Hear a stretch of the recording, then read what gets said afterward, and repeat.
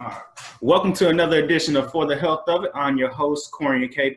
Paget, and today we have with us again from the Fitness Collective Atlanta, Tiffany B. Tiffany, how you doing? I'm doing well. Thank you. Thanks for having me again. This is awesome. No problem at all. Last time in our last episode, Tiffany, we talked about, or you mentioned PNF, proprioceptive neuromuscular facilitation. If you could go a little bit into that. Okay. So it's one of the most common factors that we can use in stretch therapy. And you can even use it on your own if you have some resistance bands and things like that. But we use it to increase a person's range of motion almost immediately. So if let's say you're trying to lift your arm up and you can only get to here. Right. Well, you might need to take some PNF would be to press up against something or push down against something and then breathe there with that tension and then try again and then you'll be able to go further. Nice.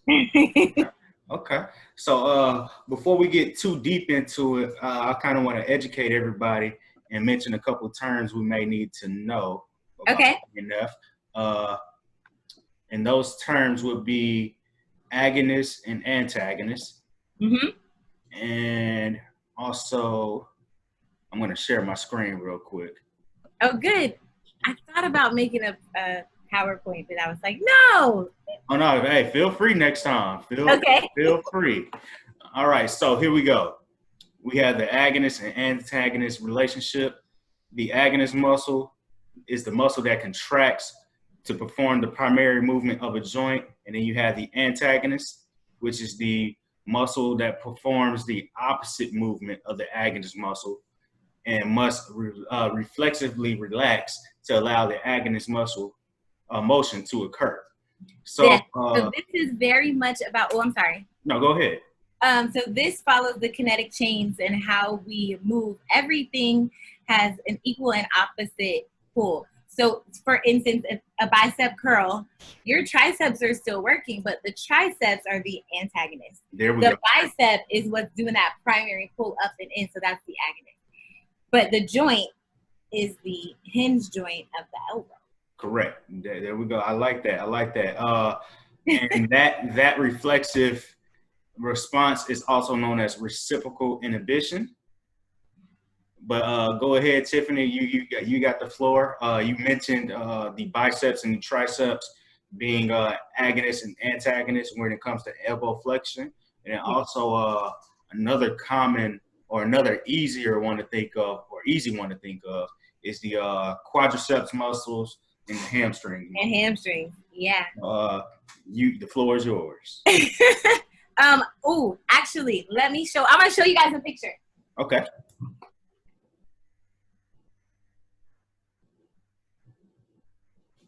Okay, so I am a fascial stretch therapist for anyone who doesn't know. And fascia is just the connective tissue in our body that keeps us somewhere in space and also separates our muscles and organs and ligaments and tendons where they need to go as well. So it's pretty important in the body. One of the biggest chains lines that we use or should be using every day is the functional line. Okay. And then this is coming from Thomas Meyer's book, Anatomy Trains. Anybody can read it who's interested. But this is basically your power center. So it focuses more on the adductor group, but know that in the adductors is the quadriceps muscles, right? Or right outside of there. Right. And in the back is your hamstrings and your glutes, even your lats. So to hold us up in the back, this is what's doing that.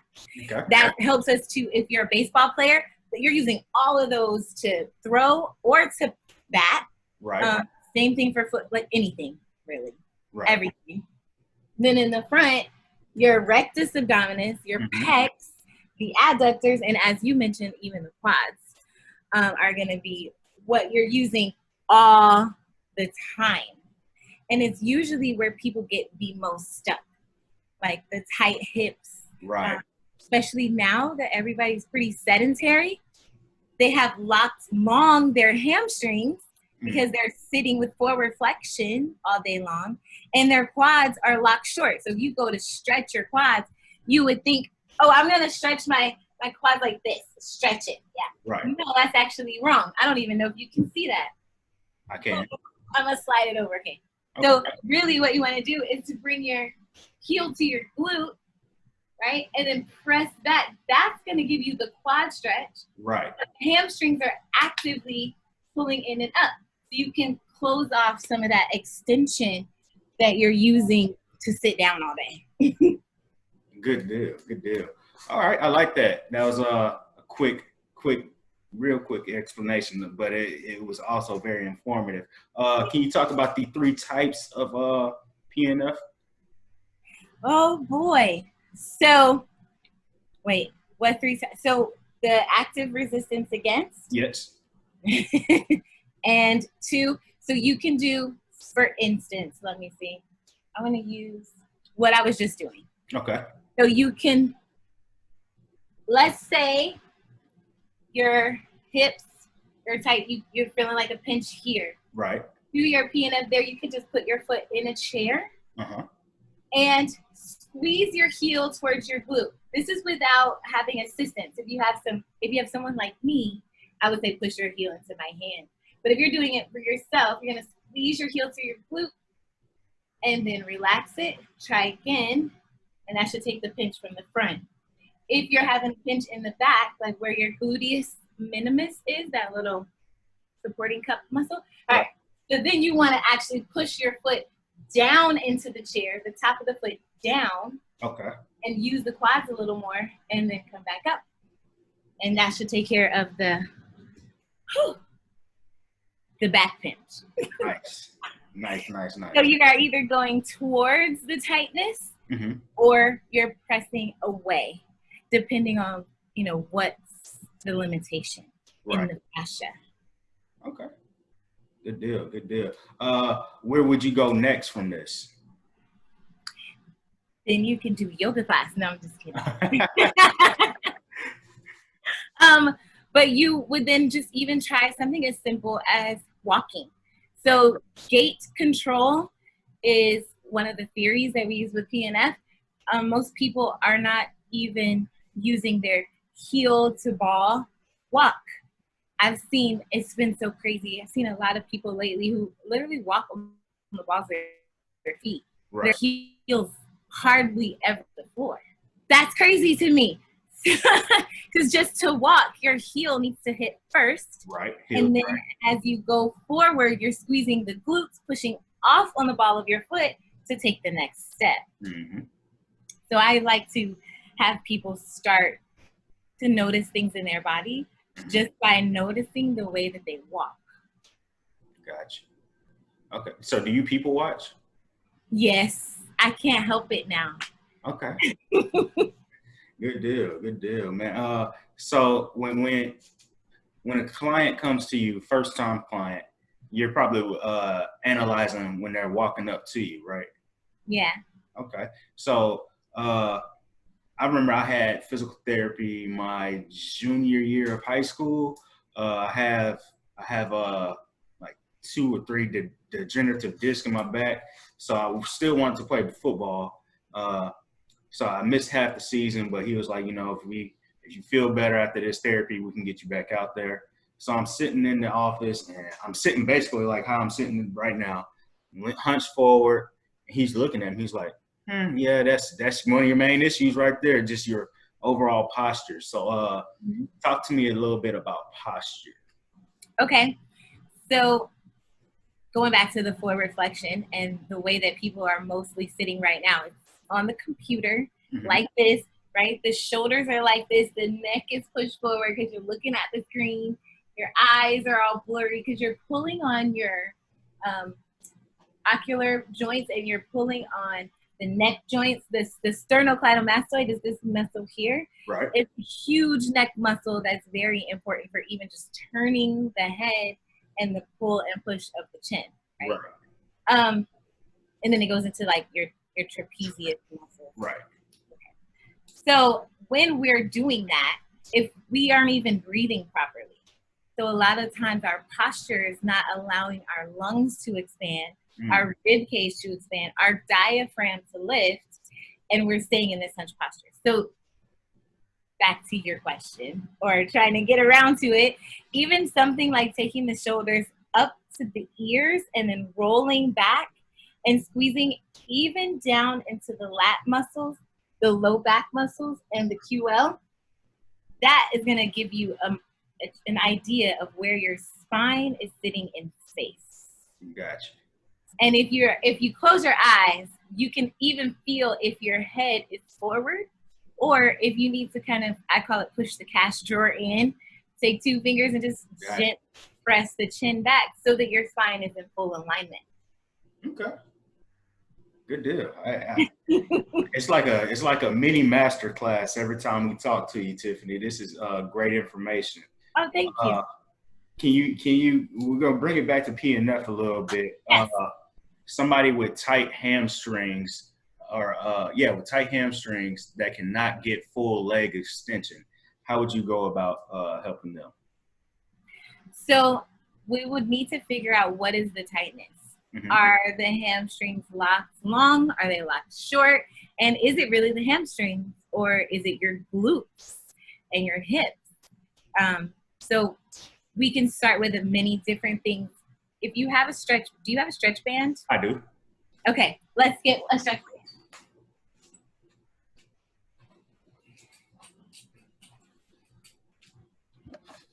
And then this is great so people can't come and see me. This is something that I do with them over a Zoom call, even just virtually. Right. Have you take the band and put it around the ball of your foot. And get enough slack that you even have to use your biceps. Pull the shoulders down, shoulder blades back and down. Use your lats. And what you're going to do is just try to draw your heel towards your glute. But use your biceps to pull your knee towards your chest at the same time. So you're using your hamstrings right now. And then release it and try to extend your leg straight out. Just push the ball of your foot straight forward. Okay. That will get a stretch. Depending on where you need it in the hamstrings, you might even have to lift your foot up a little more and turn your toes in towards your opposite shoulder. Okay. You feel that? That gets into the adductors and the hamstrings. And you can twist it the other way, feel it all the way down the center and out to that hip flexor. Gotcha. And then release it. So what we're trying to do is increase the length of the muscle with our neuromuscular connections. But you need to see, is it short or long first? Do we need to decrease this angle and find some tension? Or do we need to increase it and then find that, what I call the sweet spot for the stretch? Okay. That sounds good. I was over here struggling with it and I almost broke out into a sweat also. Can you talk about the 6 deep external rotators of the hip? Yes, I can.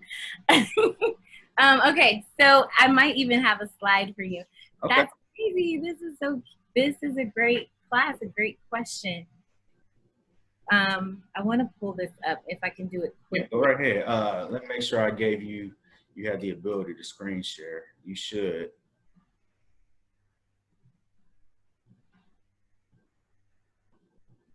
Okay. Where is it? 2 seconds. It's coming. So you are allowing me to share? Yes. Okay.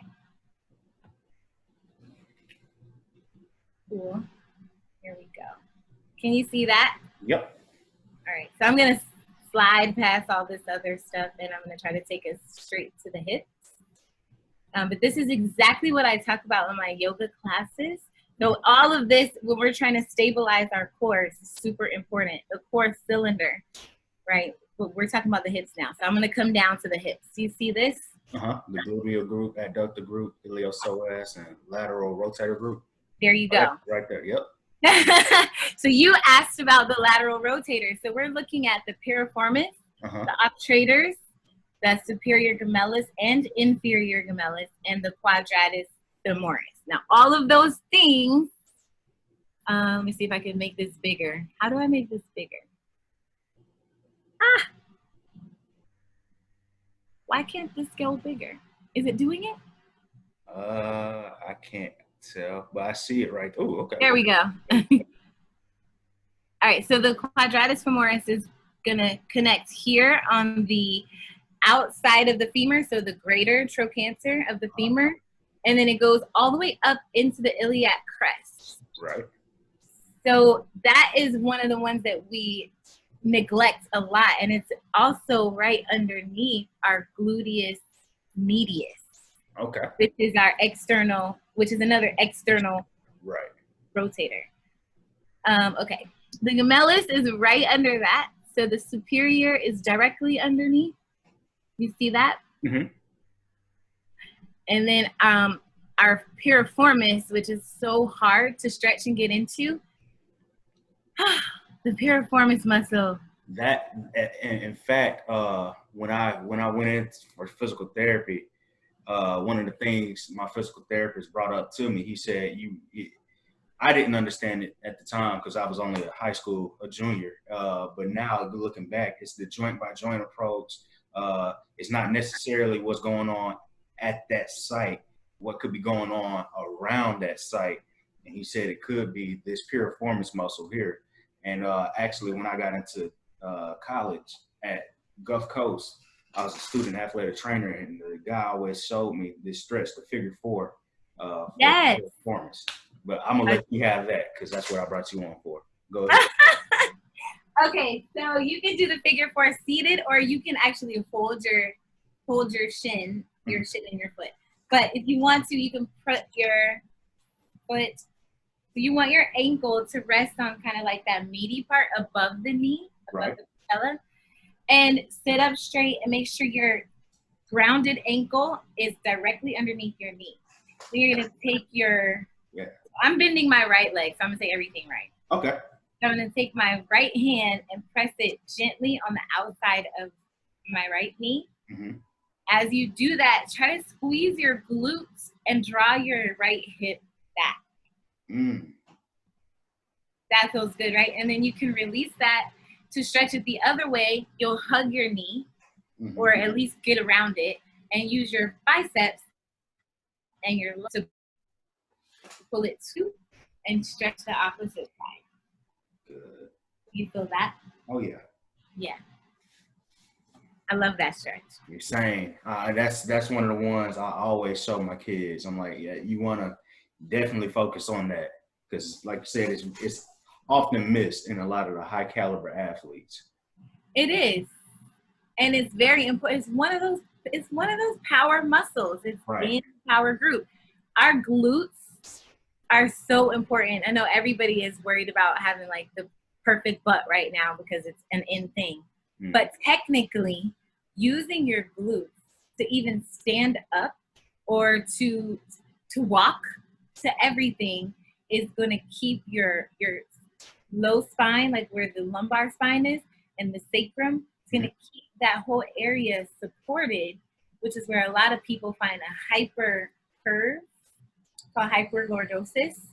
You can redirect that. You can even redirect your scoliosis if you have scoliosis by activating the muscles on the side where if the spine goes this way, you activate your muscles on the curved side to press the spine the other way.